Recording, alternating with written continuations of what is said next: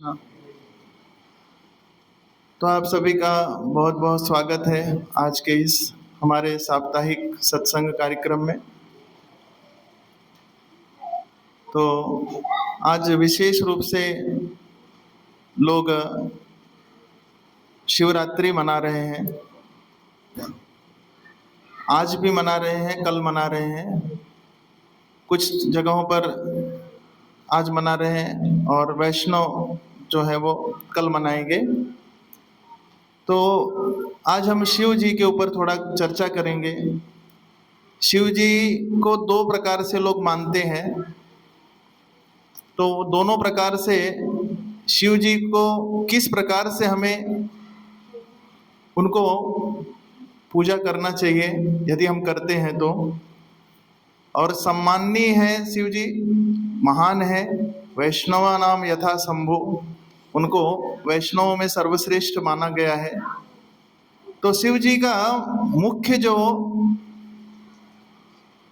उनका पोजीशन है, जो उनकी स्थिति है, आज हम उसे समझेंगे। बहुत बार इसका काफी इसमें तत्व में लोग बहुत मतभेद करते हैं कि आप लोग जो है शिव तत्व को आप केवल भगवान कृष्ण को मानते हैं, शिव जी को नहीं मानते हैं। मानने की बात यहाँ पर वैसा नहीं है। दो चीजें होती हैं, आप जानो फिर उसके बाद मानो। आप कुछ भी ऐसे मान लोगे तो ऐसा कुछ नहीं होता है। पहले जानो कि शिव जी कौन है, उसके बाद शिव जी को मानो। आप बिना जाने आप किसी को कैसे कुछ मान लोगे।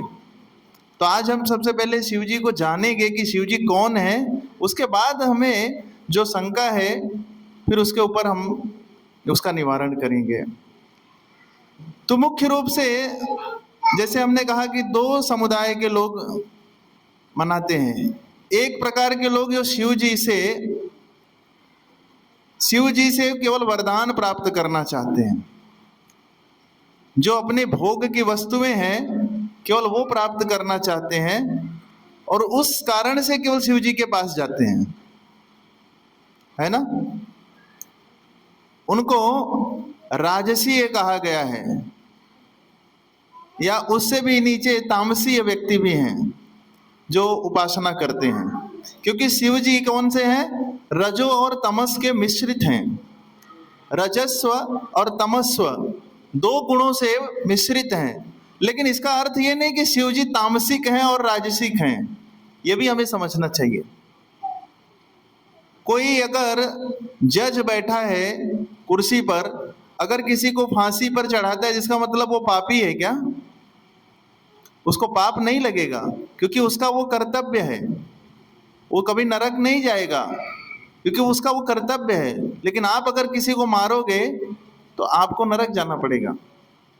तो वैसे शिव जी भले ही रजो और तमोगुण में है, रजो और तमोगुण की प्रधानता है शिव जी को, लेकिन शिव जी रजो और तमोगुणी नहीं है, क्योंकि वो कार्य उनको सौंपा गया है। भगवान ने विशेष कार्य दिया है।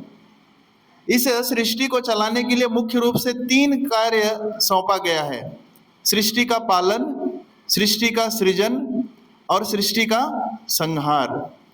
तो सृजन कौन करता है? ब्रह्मा जी करते हैं। पालन कौन करता है? विष्णु जी करते हैं। और संहार कौन करता है? शिव जी करते हैं। तो सबसे इंपॉर्टेंट रोल किसका है? शिव जी का या ब्रह्मा जी का या विष्णु जी का? विष्णु जी का। किसी चीज को बनाना आसान है, बिगाड़ना उससे भी आसान है, लेकिन बनाकर रखना बहुत कठिन है। बिल्डिंग बनाना तो थोड़ा मेहनत का काम है, एक बार बना दिया, लेकिन तोड़ना कितने मिनट का काम है? बनाने में अगर समझो 4 साल लगे, तोड़ने में तो 1 दिन भी नहीं लगेगा, तोड़ सकते हैं। लेकिन उसको बराबर मेंटेन करना वो बहुत बड़ा रिस्पॉन्सिबिलिटी का काम है। वो कौन करता है? विष्णु जी। तो बहुत बार बोलते हैं शिव बड़े कि विष्णु बड़े कि ब्रह्मा जी बड़े।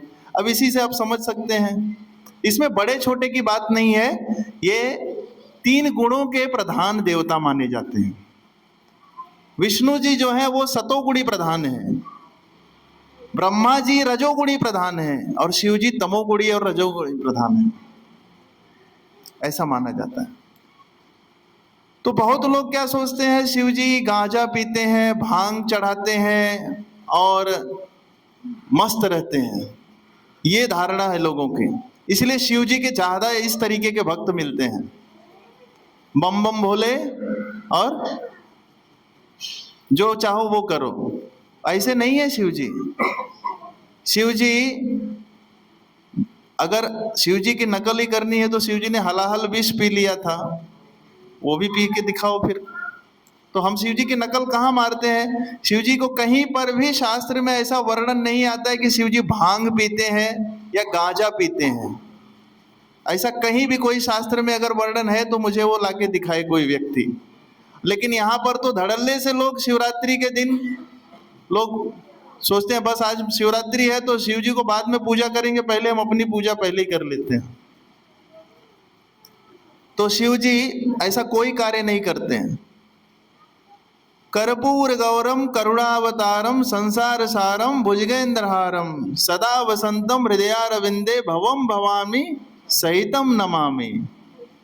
भवम यानी कौन है? शिव जी हैं। भवानी कौन है? पार्वती जी हैं। भवम का अर्थ क्या होता है? जो शुभ करने वाले हैं, कल्याण करने वाले हमारे जीवन में। भवानी यानी देवी पार्वती, जो इस सृष्टि के कौन है? हाँ, सृष्टि का पूरा देख रेख करने वाली शिव जी ने उनको संभालने को दिया है। क्योंकि डायरेक्ट विष्णु भगवान वो कार्य नहीं कर सकते। क्यों नहीं कर सकते? दुर्गा जी शिव जी की पत्नी हैं। तो विष्णु भगवान, देखिए कितना बढ़िया शास्त्र में बताया गया कि दूसरे की पत्नी के साथ दूसरा कोई पति रह के काम करेगा तो वहां गड़बड़ हो सकता है। तो शिव जी ने कहा, भगवान ने कहा विष्णु जी को, ये आपकी धर्म पत्नी है इसलिए आप ये डिपार्टमेंट संभालो, आप दोनों मुझे रिपोर्ट करोगे। इसलिए डायरेक्ट काम जो है वो दुर्गा जी करती हैं, लेकिन इनडायरेक्टली किससे हो रहा है? ये भगवान विष्णु से हो रहा है। भगवान विष्णु के द्वारा, शिव जी के द्वारा फिर वो दुर्गा जी से ये कार्य कराया जाता है। तो यहाँ पर कर्पूर गौरम, कर्पूर गौरम मतलब जो कपूर की तरह, कपूर मतलब उज्जवल होता है। कर्पूर, कर्पूर देखा है ना हमने, सफेद होता है। तो भगवान शिव का रंग कैसा है? नीला क्यों है? यहाँ पे तो लिखा है कर्पूर गौरम। हाँ, इसके लिए उन्होंने हलाहल विष पिया। वो भी कब? जब समुद्र मंथन में, जब मंथन हो रहा था तब सब देवता लोग भाग के गए भगवान विष्णु के पास। तो भगवान ने कहा कि इस कार्य को तो आप शिव जी के पास जाओ, वो सॉल्व कर देंगे। क्योंकि शिव जी कौन है? आशुतोष हैं। आशुतोष मतलब जल्दी प्रसन्न हो जाते हैं। इसीलिए लोग शिव जी के पास देखेंगे, शिव जी के भक्त बहुत मिलते हैं। लेकिन मैंने क्या कहा? वो अपनी इच्छा को पूर्ति करने के लिए जाते हैं। शिव जी से क्या मांगेंगे? हमें ज्यादा संपत्ति दो, धन दो, यश दो। लेकिन शिव जी के पास ऐसा कुछ है क्या? शिव जी के पास तो, शिव जी तो ऐसे ही कैलाश पर्वत पे बिना फ्लैट के रहते हैं। एकदम कैलाश पर्वत पे रहना एक दिन भारी पड़ जाएगा, लेकिन वो तो ऐसे ही रहते हैं। माता पार्वती ने कभी नहीं कहा कि आप कोई अच्छा अपार्टमेंट ले लेते एंड टॉप हिल में, हाँ मालवार में, वहाँ पे भी वो थोड़ा ऊंचा है, पर्वत वर्वत वहाँ पे भी है। यहाँ कैलाश में इतना ठंडी में, गर्मी में हम ऐसे ही रहते हैं। लेकिन शिव जी से कभी उन्होंने कंप्लेन नहीं किया ऐसा। असली में जो शिव जी को जो जानता है, वो शिव जी और पार्वती की पूजा किस तरीके से करेगा, वही यहाँ पर मैं आज चर्चा करने वाला हूँ। आज उसके बारे में थोड़ा हम समझेंगे कि शिव जी अपने लिए कुछ नहीं चाहते हैं भगवान से, या वो स्वयं सक्षम है कि वो सब कुछ कर सकते हैं अपने लिए। क्योंकि सृष्टि का देखरेख तो उन्हीं के कंट्रोल में इसे दिया गया है ना। अरे उनकी ही तो पत्नी है ये सृष्टि के इंचार्ज। सबको इतना बढ़िया बढ़िया घर बना के दे सकती हैं, तो क्या खुद के लिए इतना अच्छा नहीं बना सकते हो? लेकिन वो चाहते हैं कि जब मेरे पति अगर इसी में खुश है तो मैं भी उनके साथ खुश रहूंगी, मुझे कोई इसकी जरूरत नहीं है। तो यहाँ पर जो वो इस प्रकार के लोग हैं जो इस भाव से मानते हैं शिव जी को कि उनको शिव जी नंग धड़ंग है, शिव जी अपने मनमाने तरीके से रहते हैं, शिव जी जो है क्या करते हैं, भांग नशा ये सब इत्यादि का सेवन करते हैं।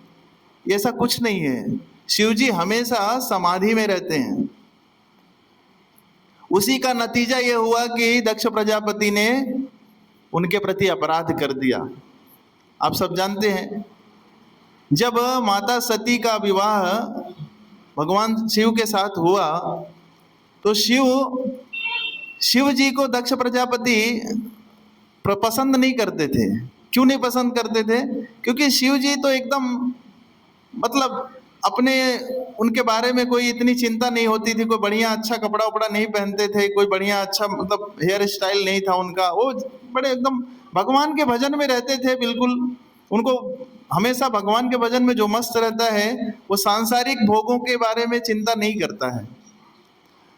तो दक्ष प्रजापति कहे मैं इसको दामाद नहीं बनाऊंगा, ये मेरी बेटी के लिए माता सती को दक्ष प्रजापति बहुत मानते थे, वो उनकी सबसे छोटी कन्या थी, बहुत मानते थे वो। उन्होंने कहा मैं अपनी इस प्यारी बेटी का विवाह इसके साथ कर दूं, इसका रहने का ठिकाना नहीं, दिन भर घूमता रहता है, कोई घर नहीं है, ये मेरी बेटी को भी जंगल जंगल घुमाते रहेगा।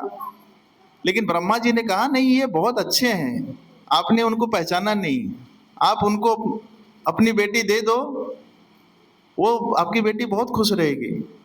कभी कभी क्या होता है, हम ऊपर से देखते हैं लड़का बहुत पैसा कमा रहा है, बॉम्बे में है, कलकत्ता में है, दिल्ली में है ना, पैसा ज्यादा कमा रहा है, अच्छा पैसा जमा किया है, गाड़ी है, बंगला है, सब है, लेकिन उसका चरित्र नहीं देखते हैं कि चरित्र कैसा है। अगर चरित्र ही अच्छा नहीं है तो वो बहुत पैसा कमा रहा है, बहुत धन है, लेकिन उसके बाद सब व्यर्थ हो जाएगा। लेकिन अगर उसका चरित्र अच्छा है, भले ही वो पैसा नहीं कमा रहा है, लेकिन वहां पर वो परिवार अपना अच्छे से रख सकता है और वो खुद सुखी रहेगा और जितने लोग उससे संबंधित रहेंगे सब सुखी रहेंगे। यहाँ पर ब्रह्मा जी दक्ष प्रजापति अपने बेटे को कह रहे हैं कि आप मेरी बात मानो, अपनी पुत्री का विवाह कर दो, वो आपकी बेटी का बहुत अच्छा ध्यान रखेंगे, मैं इसकी गारंटी देता हूं। तो अभी पिता की बात कैसे टाल सकते हैं दक्ष प्रजापति? तो उन्होंने अपने पिता के कहने से, उनकी इच्छा नहीं थी, लेकिन अपने पिता के कहने से उन्होंने माता सती का हाथ दे दिया। लेकिन अंदर अंदर कहीं ना कहीं उनके प्रति सम्मान नहीं था, वो समझ नहीं पा रहे थे। वो क्योंकि वैभव के बारे में सोच रहे थे, उनका स्टेटस में देख रहे थे कि ये मेरे बराबरी का आदमी नहीं है, ये जंगल में रहता है, कहाँ पहाड़ों पे रहता है, मैं इतने बड़े महल में रहता हूँ, ये मेरी बराबरी का आदमी नहीं है, ऐसा उनके मन में भाव रहता था। और इसी प्रसंग में फिर क्या हुआ, आप सब जानते हैं कि जब उनका विवाह हो गया तो कैलाश पर रहने लगे। और इसी में फिर जब भगवान श्री रामचंद्र जी उस समय वनवास की लीला कर रहे थे और उस समय माता सीता का अपहरण हो चुका था, रावण ने माता सीता का अपहरण कर लिया था। शिव जी और पार्वती जी जा रहे थे अपने विमान से, तो देखा उन्होंने, तो भगवान ने प्रणाम किया, शिव जी ने प्रणाम किया श्री रामचंद्र जी को। तो बोले आप किसको प्रणाम कर रहे हैं? बोले अरे देवी, ये आप भी प्रणाम करो, ये हमारे इष्ट देव हैं। आपके इष्ट देव हैं? मुझे तो ऐसा लगता था कि आप ही सबसे ऊपर हो, है ना, आपसे ऊपर कौन है? बोले नहीं, मेरे से भी ऊपर है, मैं उन्हीं का तो भजन करता रहता हूं दिन भर। तो बोले कि लेकिन ये तो रो रहे हैं किसी स्त्री के लिए, ऐसा लग रहा है कि वो स्त्री के लिए विलाप कर रहे हैं, क्योंकि वो विरह जो देख के उनको ऐसा लगा कि ये तो स्त्री के कारण ही ऐसा विरह हो सकता है। बोले वो तुम नहीं समझोगी, इसका ये मैं समझता हूं, चलो ठीक है हम चलते हैं कैलाश पर्वत पे। तो वो कैलाश पर्वत पे पहुंच गए, लेकिन देवी पार्वती के सती के मन में ये शंका रह गई थी, ये मुझे बहका रहे हैं, ये कोई इनके भगवान भगवान नहीं है, ये मुझे लगता है बहका रहे हैं। उन्होंने कहा एक काम करूं मैं, वो क्या करना है? बोले बस जाके देख के आती हूँ क्या सच में वो आपके भगवान है, बस एक बार मैं भी थोड़ा उनसे मिल के प्रणाम करके आती हूँ। मैं प्रणाम नहीं किया उनको। तो शिव जी तो समझ गए, बोले कि देखो तुमको जाके वहां पे क्या चेक करने वाली हो? मैं कुछ नहीं करूंगी, केवल जाके उनको प्रणाम करूंगी। बोले नहीं देवी, तुम मैंने जो कहा उसको स्वीकार कर लो। लेकिन माता सती के मन में क्या था? मैं जाकर प्रूफ खुद चेक करूंगी कि वास्तव में ये सच में ये भगवान है कि नहीं है। तो हमें कभी कभी प्रूफ की जरूरत पड़ती है। भगवान प्रूफ वाली चीज नहीं है। भगवान है क्योंकि हम हैं, इसलिए हमारा अस्तित्व है, इसलिए भगवान है। ये संसार चल रहा है इसलिए भगवान है। ये कौन नियंत्रण कर रहा है? अभी एक बम इधर कोई फेंक देगा, सब खत्म। तो भगवान हमको सुरक्षा दे रहे हैं कि आप स्वच्छंद रहो, आपका हम ध्यान रखेंगे। रात्रि में हम सोते हैं, हमको होश भी नहीं रहता हम हमारे साथ क्या हो रहा है। तो हम विश्वास तो करते हैं ना कि हम सब कुछ सकुशल सुबह उठेंगे। ये विश्वास ही क्या है? भगवान है करके। तो माता सती को ऐसा लगा कि मैं जाकर चेक करूंगी, तब मुझे प्रूफ चाहिए कि ये भगवान है कि नहीं है। शिव जी समझ गए कि अभी सती को कुछ दूसरा ही भूत सवार है। कभी कभी जब स्त्रियां जिद कर लेती हैं तो अब उनको समझाना भी शिव जी नहीं समझा पाए तो बाकी कौन समझा पाएगा। शिव जी ने कहा ठीक है जाओ जाओ, लेकिन सोच समझ के चेक करना। तो सती बोली नहीं नहीं, आप वैसा मत सोचो, मैं बहुत आराम से जाऊंगी, उनको प्रणाम करूंगी, चली आऊंगी। और सती जी के मन में तो ये चल रहा था कि मैं चेक करूंगी कि वास्तव में ये भगवान है कि नहीं है। तो भगवान पर कभी संदेह नहीं करना चाहिए। इस बात से हमें ये प्रमाण मिलता है कि भगवान, अगर आप आंख बंद करके अगर पहाड़ पर से भी कूद जाओगे, अगर ये विश्वास है कि भगवान है, तो आपको कुछ नहीं होगा। लेकिन अगर संदेह हो गया कि पता नहीं भगवान है कि नहीं है, तो सब कुछ टूट फूट जाएगा। प्रहलाद महाराज देखिए कितना विश्वास रखते थे। अब हमारे ऊपर नहीं है इसलिए आप लोग ट्राई मत करना कि ऐसा होगा, लेकिन विश्वास होगा तो निश्चित भगवान हमारी सुरक्षा करते हैं। विश्वास ही तो है, विश्वास ही तो भगवान क्या है? विश्वास ही है हमारा। हमने देखा है क्या भगवान को?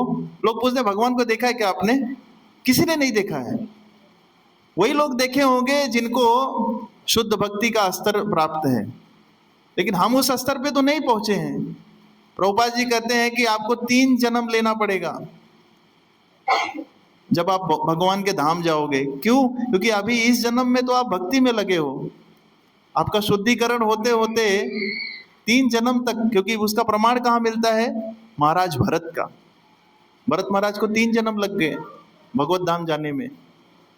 अगर हम और थोड़ा बहुत मस्ती करेंगे तो और कितना लगेगा भगवान जाने। तो ऐसा नहीं कि इसी जन्म में हम शुद्ध भक्त बन गए और भगवान आके हमारा साक्षात्कार करेंगे कि मैं देखो आपके सामने खड़ा हूं। तो उसे विश्वास के लिए हमें विश्वास मानकर भगवान के प्रति हमारा प्रेम समर्पित करना होगा। अगर हमारे साधु कह रहे हैं, आचार्य गण कह रहे हैं, शास्त्र कह रहा है कि भगवान है करके, तो हमें वो विश्वास करना होगा।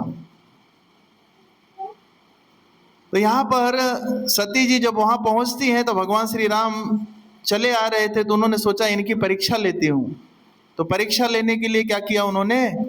अपना रूप बदलकर सीता माता का रूप धारण कर लिया। माता सीता का रूप धारण किया और भगवान श्री राम चले आ रहे थे। जब उनकी नजर अचानक से पड़ी तो उन्होंने ऊपर तो देखा नहीं, नीचे ही देखा। पैर से ही पहचान गए कि ये तो माता सती हैं। उन्होंने तुरंत प्रणाम किया उनको। माता आप अकेले यहां क्या कर रही हैं? महादेव कहाँ हैं? अब तो सती जी को तो समझ में नहीं आया, अरे ये तो मैंने बहुत बड़ा गड़बड़ कर दिया। मुझे तो लगा कि मुझे पहचान नहीं पाएंगे, पर इन्होंने तो मेरी तरफ देखा भी नहीं, पैर देख के ही पहचान गए मुझे। तो बोले कुछ नहीं, मैं तो ऐसे ही आ गई थी। तो बोले आपको ऐसे अकेले नहीं आना चाहिए था, महादेव कहाँ हैं? तो वो तो कैलाश पर्वत पे हैं। और इतना बोल के जल्दी जल्दी वहां से भाग गई, वो रुकी भी नहीं। तो उनको समझ में आ गया कि मैंने कुछ गड़बड़ कर दिया। और वहां पर शिव जी तो एकदम उनको तो समझ में आया कि बहुत बड़ा गड़बड़ घोटाला हो गया है।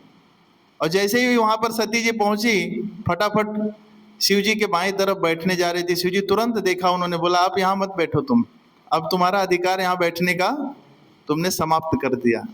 और उन्होंने तुरंत कहा अब तुम मेरे आगे बैठो, अब तुम्हारी माँ हो, जननी हो। माता सती कहते हैं ये मैंने क्या कर दिया? बोले अब मैं जा रहा हूं तपस्या करने। और तपस्या करने जाते हैं और कहते हैं कि 56,000 वर्ष तक शिव जी ने तपस्या किया था। 56,000 वर्ष तक। माता सती को बहुत बड़ा एक ग्लानि हुआ, वो समझ नहीं पा रही थी कि मैं क्या करूं। उनको बहुत पश्चाताप हुआ कि मेरी एक गलती के कारण से मेरा पूरा सब बिगड़ गया।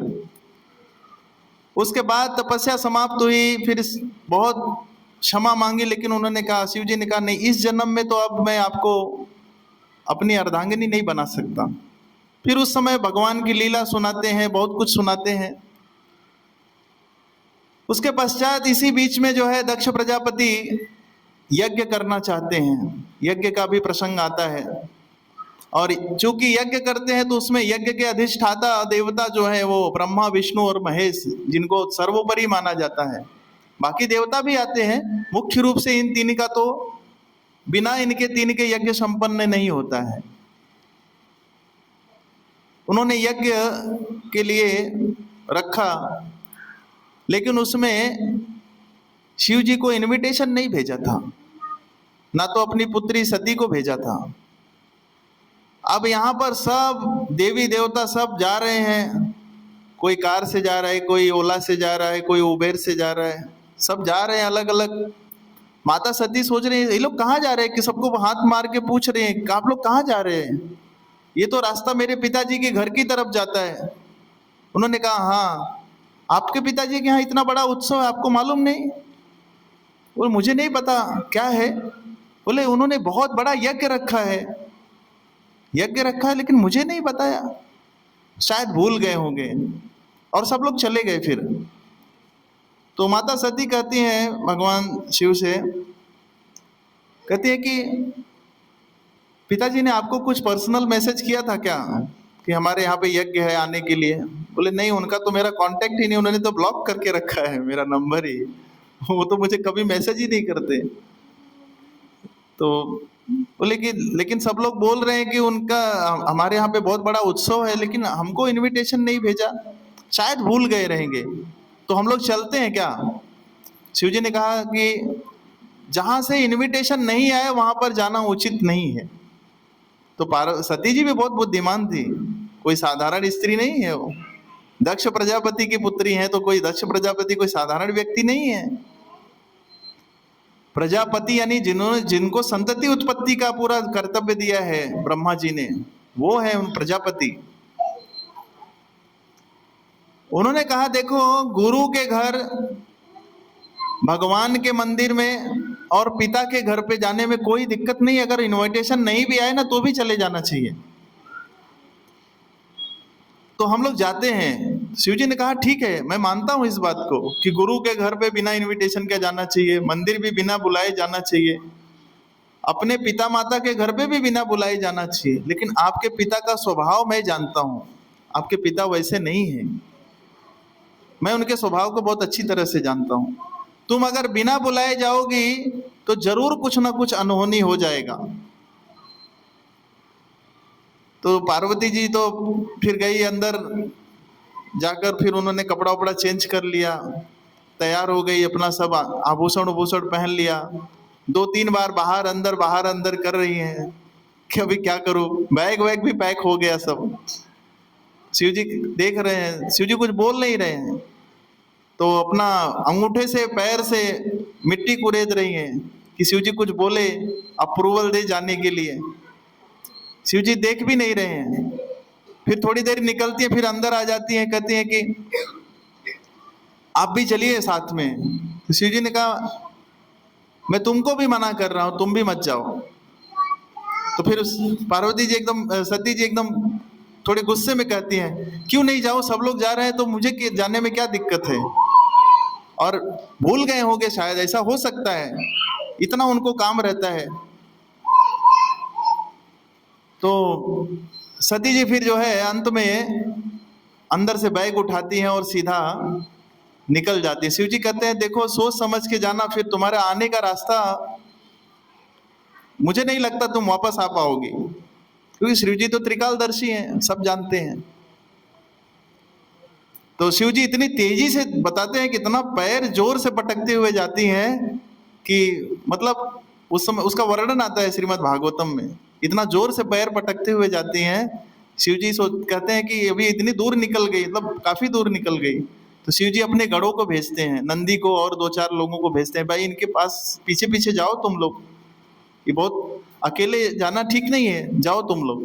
और शिव जी ने यह भी कहा कि देखो कुछ अनहोनी ना होने पाए। उनको पता था कि कुछ गड़बड़ तो जरूर होने वाला है, लेकिन सती जी निकल गई वहां से। और जब यहां पर पहुंची तो उनको लगा कि सब कुछ ठीक ठाक होगा। जैसे ही घर में एंट्री मारी तो अपनी माँ की तरफ देखती हैं, माँ देख के उनको ज्यादा खुश नहीं हुई। अपनी बहनों की तरफ देखती हैं, बहन भी ज्यादा कुछ खुश नहीं हुई। और जब यज्ञशाला में पहुंचती हैं, पिता की तरफ देखती हैं, तो पिता उनको देखकर एकदम आंख लाल करके देखते हैं। देखिए उनके पिता से उनका कोई प्रॉब्लम नहीं था, प्रॉब्लम किससे था? दामाद से था। लेकिन दामाद से ईर्ष्या करने के कारण क्या करने लगे वो? अपनी पुत्री से भी ईर्ष्या करने लगे। ये ईर्ष्या का फल होता है। आदमी अगर बच्चे से ईर्ष्या करता है ना, तो बाप से भी ईर्ष्या करने लगता है। ईर्ष्या इसीलिए कहते हैं ना, ईर्ष्या बहुत खतरनाक चीज है। अभी इतनी उनके सबसे प्रिय पुत्री से जिससे इतना प्रेम करते हैं, आज इतनी ईर्ष्या हो गई किस कारण से? केवल शिव जी को लेकर।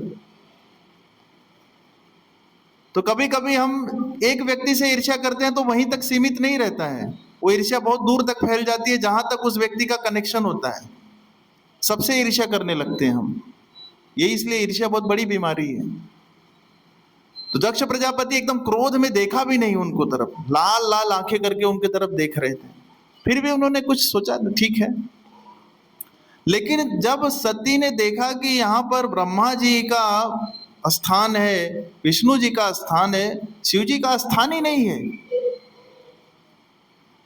तब सती का तो एकदम पारा ही गर्म हो गया, एकदम पूरा, एकदम बोले इतना बड़ा अपमान मेरे पति का। मतलब मैं तो आ ही गई अभी, तो मैं तो आने का तो मेरा चलो ठीक है, लेकिन इतना बड़ा अपमान मेरे पति का किया इन्होंने, इसे मैं सहन नहीं कर पाऊंगी। और सती ने फिर क्या किया? तुरंत अपने भेष को पूरा बदल लिया। और ऐसा बताया जाता है कि उनका पूरा शरीर पीला पड़ गया था, पूरा अग्नि जैसा प्रज्वलित होने लगा था उनके शरीर से। और सब लोग देख ही रहे हैं कि ये क्या हो रहा है। इतने में उनके शरीर से पूरा क्या निकलने लगा? अग्नि प्रकट हो गई। और अग्नि प्रकट हो गई तो पूरा जहां पर वहां यज्ञशाला बना था वहां पर क्या होने लगा?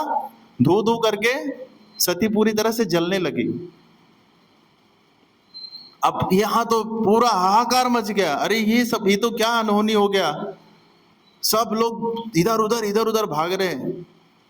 इसका वर्णन ऐसा आता है कि सब लोगों को लगा ये मतलब ये दक्ष प्रजापति ने कुछ गड़बड़ कर दिया, शिव जी का हिस्सा नहीं दिया, इसके कारण से देखो आज इतना बड़ा अनर्थ हो गया।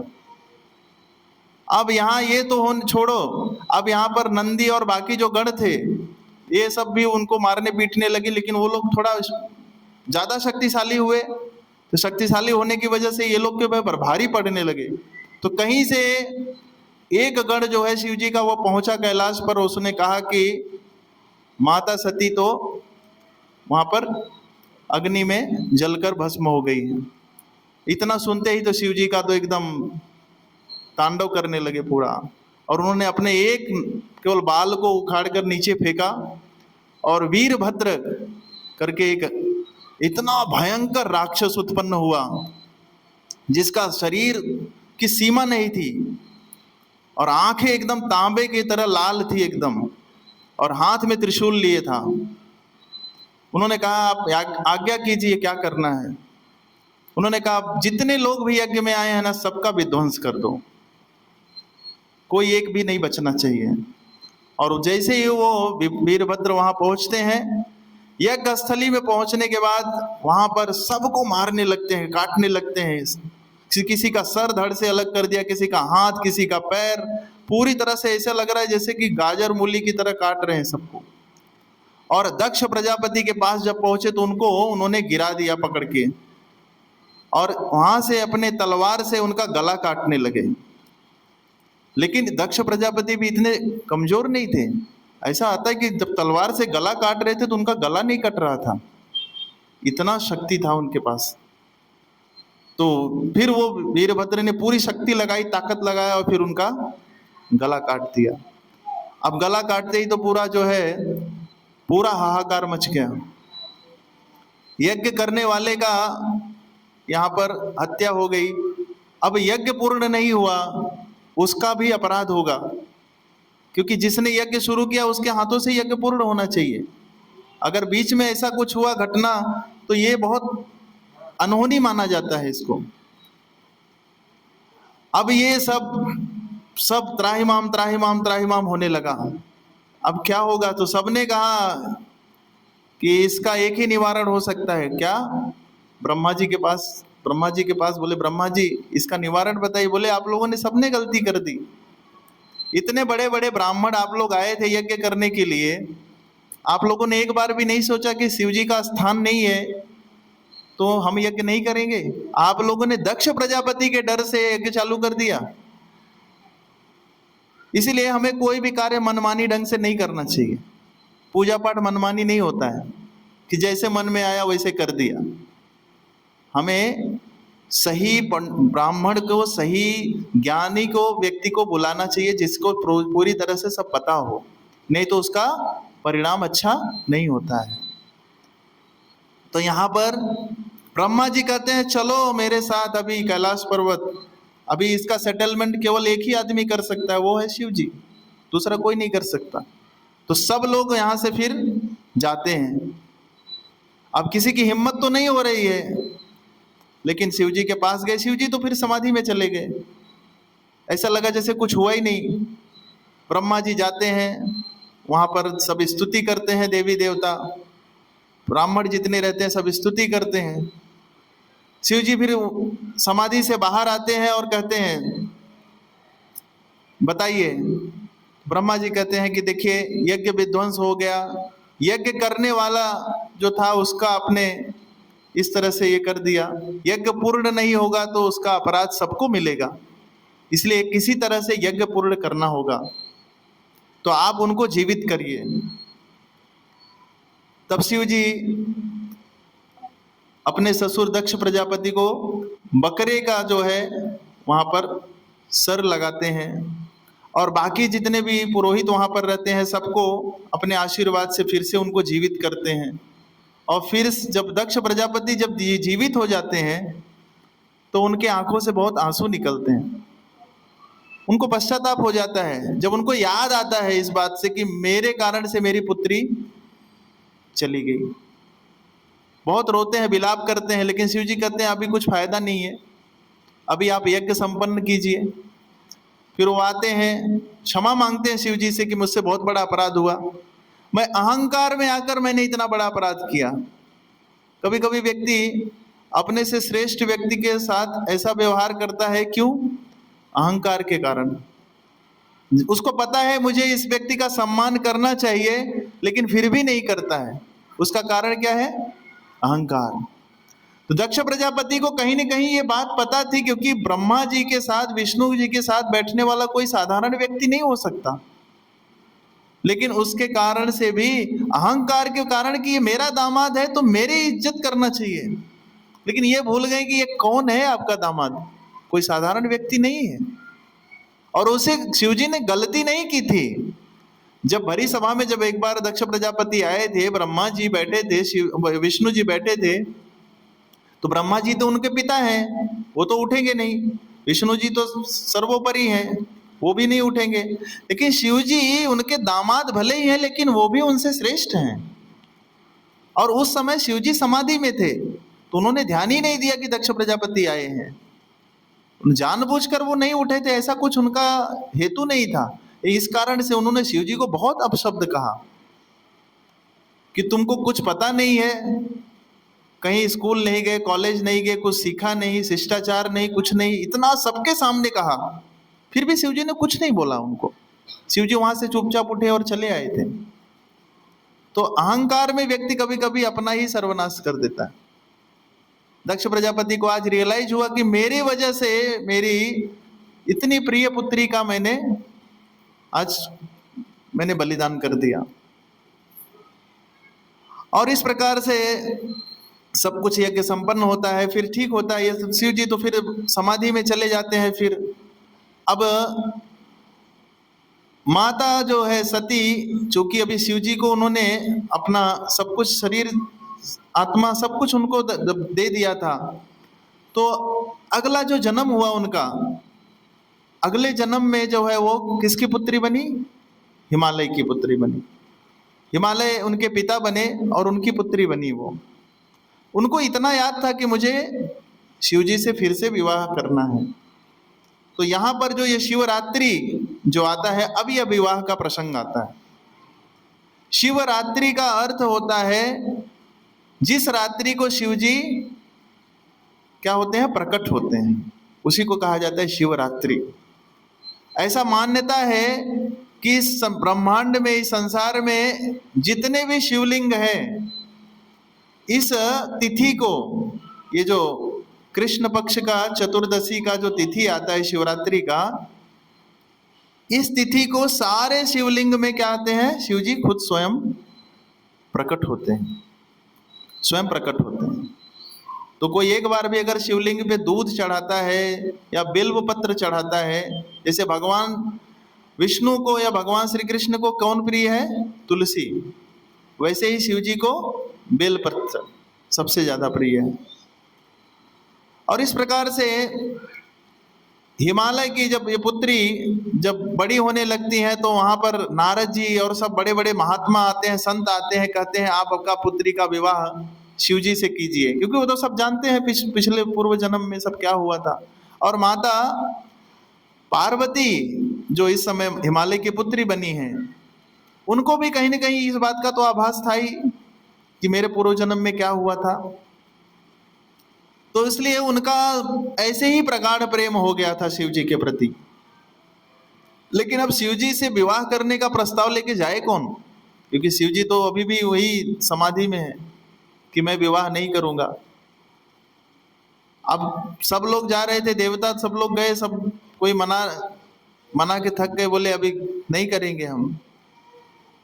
तो यहाँ पर कामदेव गए थे, कामदेव गए थे शिव जी को, बोले कि चलो मैं अपना बाण चलाता हूँ। कामदेव सबको मोहित कर सकते हैं, तो उन्होंने सोचा शिव जी को भी मैं ट्राई करता हूँ।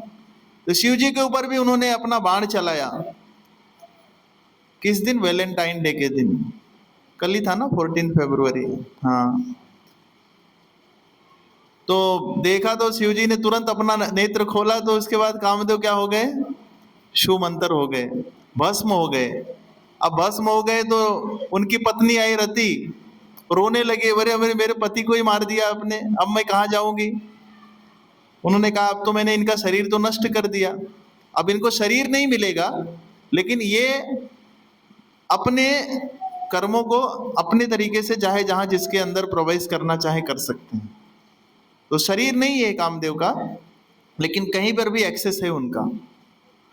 तो इस प्रकार से अब ये हुआ कि तो यहाँ पर एक जगह और वर्णन आता है कि स्वयं भगवान श्री रामचंद्र भी गए थे और उन्होंने कहा था कि आप विवाह नहीं करेंगे तो जो आपसे संतान उत्पन्न होगी माता पार्वती के साथ, क्योंकि उस समय देवताओं के प्रति जो युद्ध था उसमें एक राक्षस इतना शक्तिशाली था, उसको मारने का कार्य कौन कर सकता था?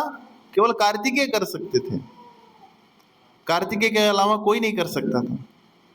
कार्तिकेय मतलब भगवान शिव के माता पार्वती के पहले पुत्र हैं। तब किसी तरह मना के उनका विवाह अब तय हुआ है।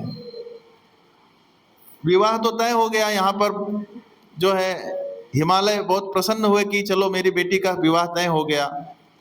माता सुनैना भी बहुत प्रसन्न हो गई कि मेरी बेटी का विवाह तय हो गया। अब जब बारात निकलने लगी तो बारात में सबसे पहले सब देवताओं ने कहा कि आप लोग सबसे पीछे आइए, क्योंकि आप लोग जाएंगे तो ना तो खाना मिलेगा ना पानी मिलेगा, सब भाग जाएंगे डर के मारे। क्योंकि कौन है शिव जी के पास? भूतगण है, भूतगण है, पिशाच है, और जितने भी सब तमोगुणी जितने हैं सब उनके साथ उनके संगी हैं। क्योंकि इनके पीछे क्यों है शिव जी? क्योंकि इनका उद्धार कौन कर सकता है? कौन कर सकता है? शिव जी कर सकते हैं। देखिए इस संसार में जितने भी योनि हैं, हर एक योनि को भगवान को भगवत धाम पहुंचाना है, तो इनका भी तो उद्धार करना चाहिए कि नहीं करना चाहिए? कोई प्रेत योनि में चला गया, कोई भूत पिशाच बन गया, तो उनका उद्धार कौन करेगा? शिव जी करते हैं उनका उद्धार। इसलिए हमने कहा शिव जी की महिमा को समझना होगा पहले। शिव जी कौन है? भगवान का कार्य करते हैं, भगवान के कार्य में सहयोग कर रहे हैं वो, भगवान ने ये कार्य उनको दिया है। तो इस प्रकार से सब देवता लोग बोले कि आप लोग रुको, पहले हम जाकर देखते हैं स्टार्टर क्या है। पहुंचे हैं, पहले कुछ मिले खाने पीने के लिए, बाद में आप लोग आओगे, नहीं पहले पहुंच जाओगे तो कुछ नहीं मिलेगा। तो सब सोचे बारात आ गई, बारात आ गई सब। तो देवता लोग पहुंचे, अपना वहां पे जल जलपान शुरू हुआ। जब देखा वहां पे तो विष्णु जी आ रहे थे, तो सबने सोचा यही दूल्हा है। बोले दूल्हा तो बहुत बढ़िया है। तो विष्णु जी बोले नहीं नहीं, मैं दूल्हा नहीं हूँ, मैं तो ऑलरेडी मैरिड हूँ, दूल्हा तो अभी पीछे आ रहा है। तो सबने बोला अच्छा दूल्हा अभी पीछे आ रहा है। तो जब देखा कि यहाँ पर तो बिच्छू कान में लगा हुआ है, सांप ऐसा लगा हुआ है। आजकल तो क्या लगाते हैं, आजकल तो अलग अलग स्टाइल्स, हेयर स्टाइल्स और अलग अलग मेकअप के सामान। यहाँ पर तो शिव जी का जो भूतगण मेकअप कर रहे हैं वो तो भस्म लगा रहे हैं, बिच्छू कान में लटका रहे हैं बाली की तरह, और वहां पर जो है वो मुंड की माला पहना रहे हैं और गले में सांप, इस तरह से पूरा जो है, और नंदी के ऊपर बैठा के उनको लेके आ रहे हैं। तो बोले ये सब लोग बोले ये कौन है? वो यही तो दूल्हा है। तो दूल्हा है, इतना सुनते ही जो जितनी स्त्रियां थी सब भाग गई, वहां से जितनी खड़ी होके देख रही थी सब भाग गई डर के मारे।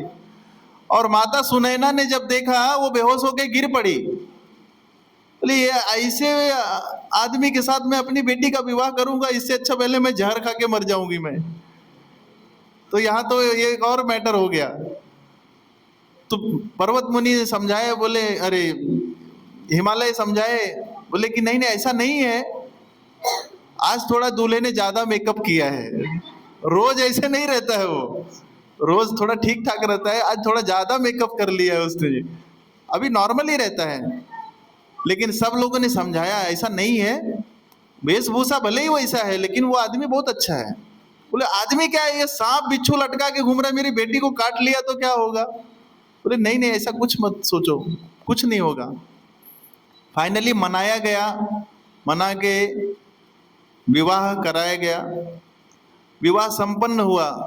और जिस रात्रि को विवाह संपन्न हुआ वही क्या कहते हैं, शिवरात्रि।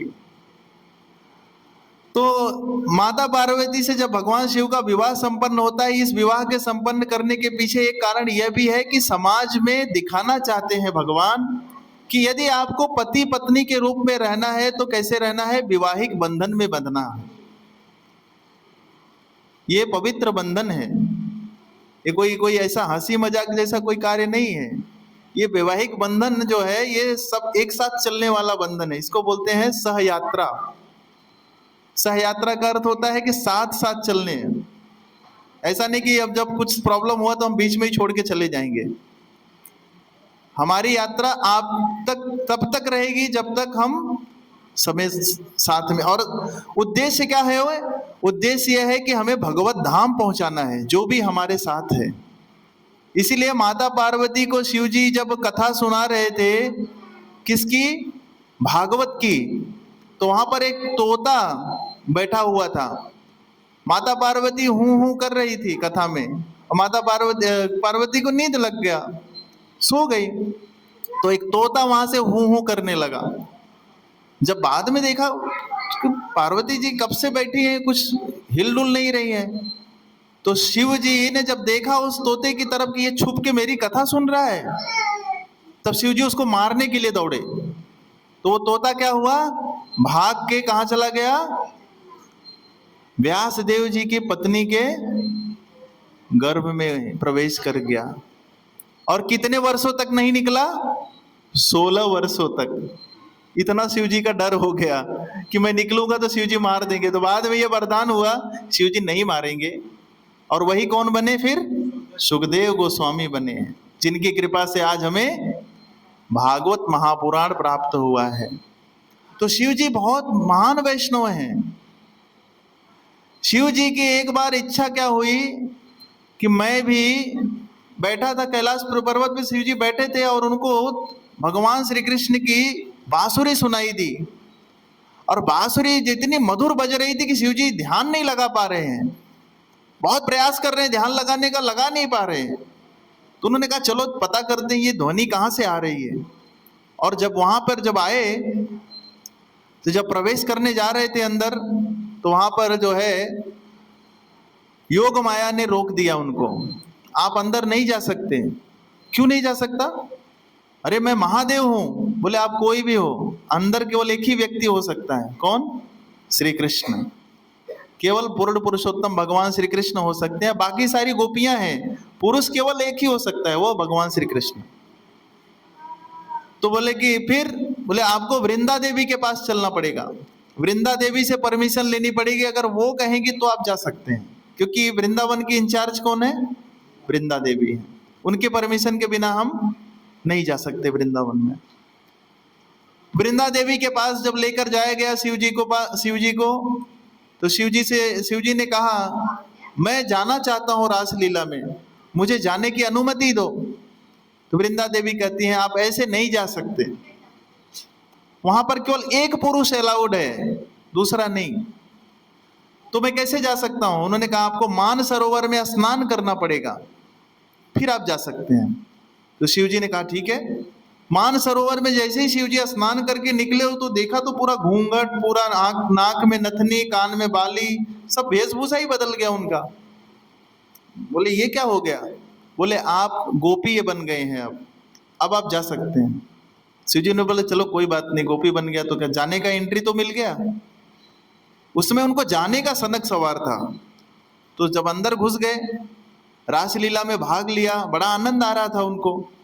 तो भगवान श्री कृष्ण ने थोड़ी देर बाद कहा कि आज मुझे पहले जैसा आनंद नहीं आ रहा है। ऐसा कौन है जो आज पहली बार आया है? कोई आता है ना सत्संग में, कोई एक व्यक्ति आता है वो फोन पे बार बार डिस्टर्ब करता है, उसको डिसिप्लिन नहीं पता रहता, तो बाकी लोग भी डिस्टर्ब हो जाते हैं ना। तो जो कथा करता है वो भी डिस्टर्ब हो जाता है, कौन आया इसमें नया जो पूरा डिस्टर्ब कर रहा है, उसको पता नहीं है। तो भगवान को भी ऐसा लगा कि सब डिस्टर्ब हो रहा है पूरा, कौन है वो जो पूरा डिस्टर्ब कर रहा है। तो बोले कि आप जाके देखो, योग माया को बोला जाके देखो, बाकी गोपियों को बोला। सब लोगों ने ढूंढा तो ये गोपी मिली। और ये गोपी क्यों मिली, कैसे पहचान हुआ इसका? सारे गोपियों के जैसा तो इनका भी ड्रेस था, कैसे पहचान हुआ इनका? इनके पास तीसरी आंख थी, बाकी गोपियों के पास तीसरी आंख नहीं थी। बोले ये कुछ अलग दिख रहा है, ये ऑड मैन आउट है, इसको पकड़ो। और लेकर गए, बोले ये है आज नया गोपी आया है। तो बोले तुम्हारा क्या पता है, तुम कहां से आई हो, पहले तो नहीं देखा कभी। तो सारी गोपियों को भगवान ने इशारे में कहा कि आप सबको हटाओगे तब मैं बताऊंगा, नहीं तो सब लोग हंसेंगे। तो सारी गोपियों को भगवान ने कहा तुम लोग जाओ, ये मेरा पर्सनल मैटर है, मैं डिस्कस करता हूं इनके साथ। तो सारी गोपियां चली गई। तो बोले कि महादेव आप ऐसे रूप में क्यों आ गए? बोले क्या करूं, ये लोग एंट्री नहीं दे रहे थे मुझे, तो मुझे इस रूप में आना पड़ा। तो भगवान श्री कृष्ण भी बहुत हंस रहे थे देख के उनको, बोल बहुत अच्छा लग रहा है आपको ये रूप।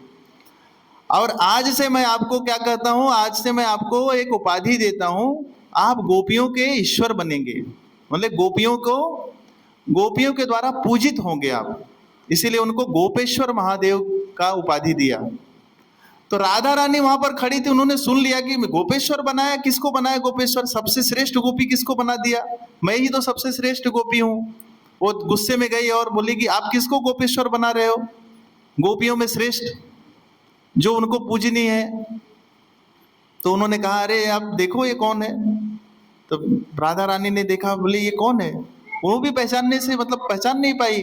बोले महादेव हैं, स्वयं आए हैं, हमारे रासलीला में प्रवेश किया उन्होंने। तो राधा रानी भी उनको प्रणाम करती है और बहुत प्रसन्न हो जाती हैं। और तब से वृंदावन के क्षेत्रपाल के रूप में कौन है? गोपेश्वर महादेव। और भगवान ने कहा कि आज से मैं आपकी ये रिस्पॉन्सिबिलिटी देता हूं कि वृंदावन में सब आएंगे, लेकिन असली वृंदावन में प्रवेश किसका होगा? जिसका भाव आपके जैसा रहेगा। यानी कैसा भाव? गोपी का भाव, यानी सेवक का भाव रहेगा, सेवा लेने का भाव नहीं। देखिए महादेव इतने श्रेष्ठ हैं, लेकिन वो गोपी बन के गए, सेवक बन के गए भगवान श्री कृष्ण के।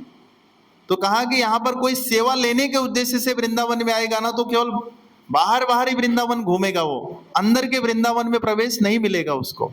अंदर के वृंदावन में प्रवेश की अनुमति कौन देगा? गोपेश्वर महादेव देंगे। जब तक आप अनुमति नहीं दोगे तब तक वो अंदर प्रवेश नहीं कर पाएगा। इसीलिए हमें महादेव को किस रूप में समझना चाहिए कि वो भगवान के प्रमुख हैं, वो वैष्णवों में सबसे श्रेष्ठ है और भगवान की सेवा में सबसे तत्पर होते हैं वो। आप सब जानते हैं मृत्यु के पश्चात, उस मृत्यु के कितने समय तक वो आत्मा वहां पर भटकती रहती है। उसको बहुत चिंता होती है, क्योंकि जो चिता में सबसे अंतिम व्यक्ति होता है, जब जाने लगता है ना, तो आत्मा उसके पीछे भागती है, उसको पकड़ती है। अरे मुझे छोड़ के कहाँ जा रहे हो इतने इतने सारे लोगों के बीच में? क्योंकि उसको भय होता है, इतने सारे लोगों को जो पहले से आत्मा बन गए, पर प्रेत आत्मा हो चुके हैं, अभी शरीर तो नहीं मिला है, वो लोग उधर ही भटक रहे हैं, तो उनके बीच में ये नया, तो लोग बोलते हैं ये मुझे छोड़ के इसके बीच में क्यों भाग रहे हो सब, मुझे, पर वो पकड़ नहीं पाता है, चिल्लाता है, सुनाई नहीं देता है। तब शिव जी आते हैं वहां पर।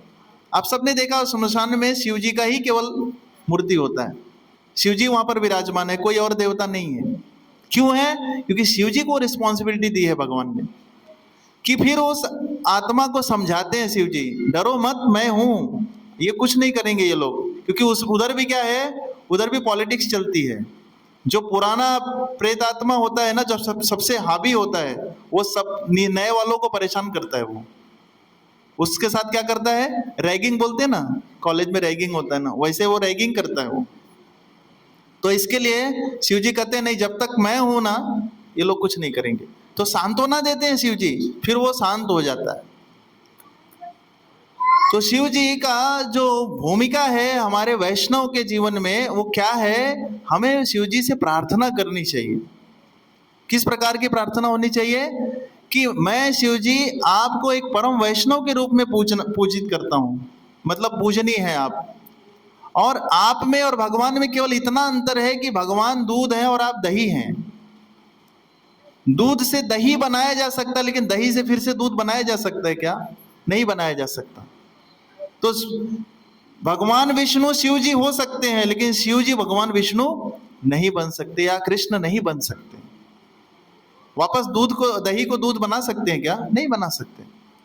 तो भगवान विष्णु ही शिव जी हैं, लेकिन शिव जी फिर से विष्णु नहीं बन सकते, ऐसा है।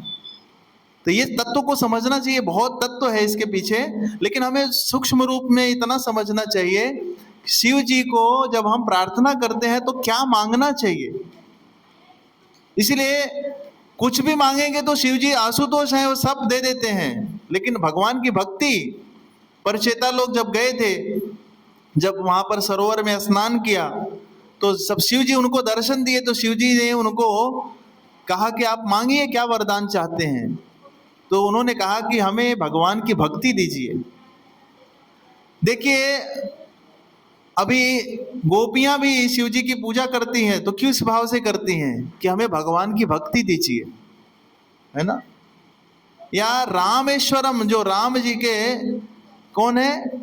हम राम जी जिनके ईश्वर हैं। कभी कभी रामेश्वरम शब्द का भी अर्थ लोग उल्टा निकालते हैं। राम जी ने स्थापना की शिवलिंग की, उस किस लिए की? क्योंकि शिव जी के सम्मान को बढ़ाने के लिए। भगवान हमेशा अपने वैष्णवों का, अपने भक्तों का सम्मान बढ़ाते हैं, लेकिन उसको लोग दूसरे तरीके से समझते हैं। कभी कभी लोग कहते हैं रामेश्वरम का अर्थ क्या है? राम जी के ईश्वर जो है वो शिव जी हैं। ऐसा नहीं है। शिव जी के ईश्वर कौन है? राम जी हैं। राम जो है शिव जी के ईश्वर है, इसीलिए उसका नाम रामेश्वरम है। तो ये जो है अलग अलग हम प्रसंगों में देखते हैं कि रावण जब जब अंतिम समय जब आ गया उसका, तो रावण ने भी यही सोचा था कि शिव जी मेरी हेल्प क्यों नहीं कर रहे हैं। शिव जी को मैंने इतना कुछ ये किया, इतनी मैं पूजा पाठ करता था, इतनी उपासना करता था, मेरी हेल्प क्यों नहीं कर रहे हैं। और शिव जी उसको तो पार्वती जी कह रही हैं कि देखो ना रावण की तरफ, उसको बचाओ कुछ। बोले कैसे बचाऊं, जो जिस जिस जो बचाने वाला है उसी से झगड़ा बोल ले लिया उसने, मैं कैसे बचाऊं, मैं इंटरफेयर नहीं कर सकता इसमें। और रावण लालायित होके देख रहा है कि शिव जी मेरी तरफ देखे तो कम से कम, वो प्रार्थना पे प्रार्थना कर रहा है। और यहां पर राम जी भी क्या कहते हैं, शिव दोही मम दास कहावा, सो नर सपने हो मोहि न भावा। कि अगर कोई मेरी पूजा करता है लेकिन शिव जी से दोष रखता है, वैर रखता है, वो कभी मुझे प्रिय नहीं है। क्यों? क्योंकि शिव जी वैष्णव है, परम वैष्णव है। जैसे नदियों में सबसे गंगा श्रेष्ठ है, वैसे ही भगवान शिव जो है वैष्णव में श्रेष्ठ हैं। तो कभी हमें उनकी निंदा नहीं करनी चाहिए, और ना कभी ये समझना चाहिए कि उनको भांग गांजा पीने वाले हैं। और कभी भी हमें कोई इस तरह का अगर बात करता है तो अपराध को भी हमें नहीं करना चाहिए, उनकी बातों को भी सुनना नहीं चाहिए। तो शिव जी की महिमा बहुत अपार है, लेकिन संक्षेप में हमें यह समझना चाहिए कि शिव जी हमारे क्या है, पथ प्रदर्शक गुरु हैं, हमें मार्गदर्शन देने वाले हैं। यदि हम सही आचरण से भक्ति करते हैं और शिव जी के अगर हम पूजा उपासना भी करते हैं, तो किस प्रकार से करना चाहिए कि हमें भक्ति में और प्रगति हो। देखिए बाबुलनाथ के बाद कौन सा मंदिर बना है, गोपीनाथ। बाकी जगह पे देखिए नाथ शब्द कहीं पे यूज हुआ है क्या, किसी मंदिर के पास कहीं पे यूज हुआ है क्या? सब जगह पे कैसे मंदिर बने हैं, राधा रास बिहारी, राधा गिरधारी, राधा माधव, हाँ, और क्या है, सब जगह पे अलग, लेकिन वहां पर गोपीनाथ, क्योंकि उधर बगल में कौन है, बाबुलनाथ। तो हमें यह समझना होगा कि भगवान शिव जहां पर भी भगवान विष्णु का मंदिर है या भगवान कृष्ण का मंदिर है, वहां पर शिव जी का मंदिर रहेगा ही रहेगा। क्योंकि शिव जी कौन है, क्षेत्रपाल हैं, वो पूरे वहां के एरिया के इंचार्ज हैं। आप चाहे मायापुर में देख लो, चाहे वृंदावन में देख लो, चाहे कहीं पर भी देख लो, अयोध्या में देख लो। अयोध्या में भी लव कुश ने बनाया है, वहां पर नीलकंठेश्वर महादेव ऐसे कुछ नाम है, शायद याद नहीं आ रहा है मुझे, नीलकंठेश्वर महादेव, वो सरयू जी के एकदम तट पे बना है वो मंदिर। तो कहीं पर भी आप देखिए शिव जी वहां पर रहेंगे ही रहेंगे, क्योंकि उनको इंचार्ज बनाया है भगवान ने। तो हमें शिव जी को सही तरीके से समझना होगा कि शिव जी कौन है, और फिर इस प्रकार से हम शिव जी के से प्रार्थना कर सकते हैं कि हमें हमारी भक्ति में प्रगति करने के लिए आप हमें हम पर कृपा कीजिए, जिससे हम भक्ति में प्रगति कर सके। हरे कृष्णा कृष्णा कृष्णा हरे हरे, हरे राम राम राम हरे हरे। श्रील प्रभुपाद की हिताय गौर प्रेमानंदे। किसी का कोई प्रश्न है? यस प्रभु।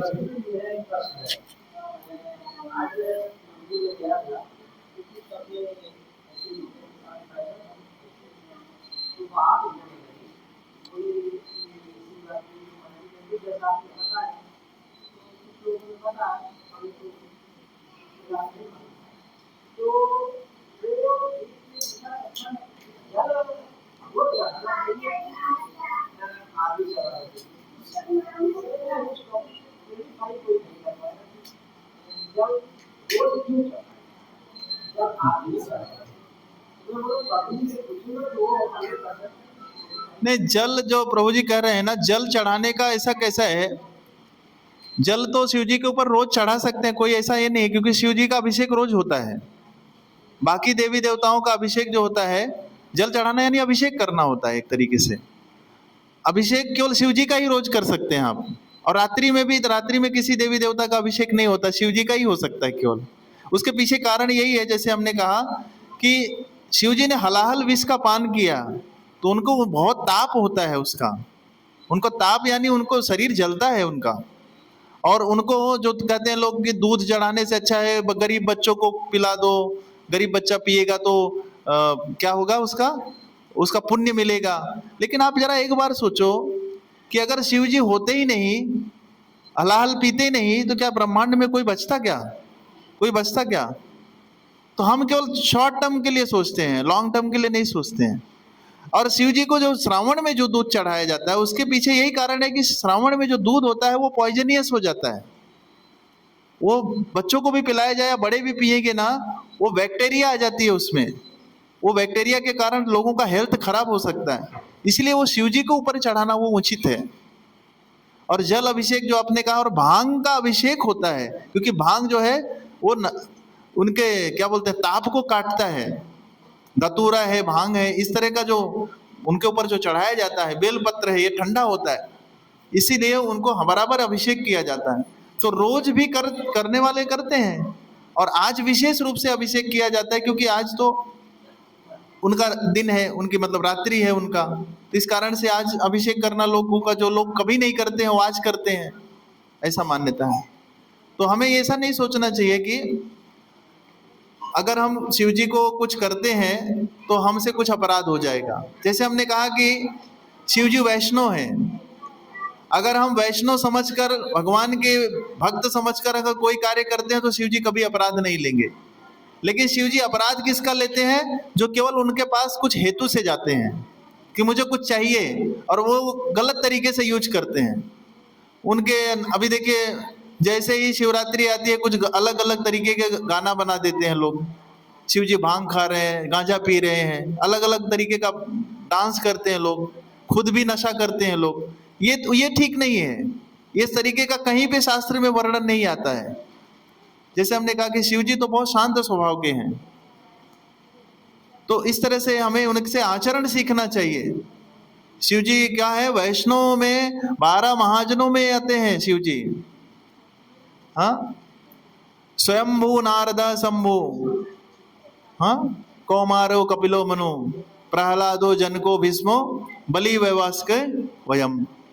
12 महाजनों में शिव जी आते हैं। तो महाजन ऐसे ही थोड़ी बनाया गया है उनको, महाजन का उपाधि दिया गया, मतलब उनका कार्य भी श्रेष्ठ है, इसे समझना चाहिए हमें। तो शिव जी के बारे में तो बहुत सारा वर्णन आता है, श्रीमद् भागवतम में आता है, रामचरितमानस में भी आता है, रामायण में भी आता है, बहुत जगह पे आता है, शिव पुराण में आता है। तो हमें ये सब, जैसे हमने कहा कि पहले जानना चाहिए फिर मानना चाहिए। हम बिना जाने कुछ भी मान लेंगे ना तो गड़बड़ करेंगे, रावण जैसी बुद्धि हो जाएगी। रावण भी शिव जी की पूजा वूजा कुछ नहीं करता था, रावण शिव जी का भक्त भी नहीं था। रावण शिव जी को केवल यूज करता था अपने फायदे के लिए। उसको जब फायदा चाहिए था, क्या फायदा चाहिए था कि मेरे पास सारी समृद्धि आ जाए, शिव जी सब उसको दे दिए। लेकिन उसने शिव जी से भक्ति नहीं मांगी थी। अगर शिव जी से भक्ति मांगती तो रावण कभी फंसता नहीं था। तो इस संसार में अगर हम कुछ हेतु समझ के कुछ मांगेंगे शिव जी से, शिव जी दे देंगे हमें, लेकिन बाद में फंस जाएंगे हम। तो हमें क्या मांगना है? भक्ति मांगनी है भगवान की, तो हम नहीं फंसेंगे। ठीक है, हरे कृष्ण।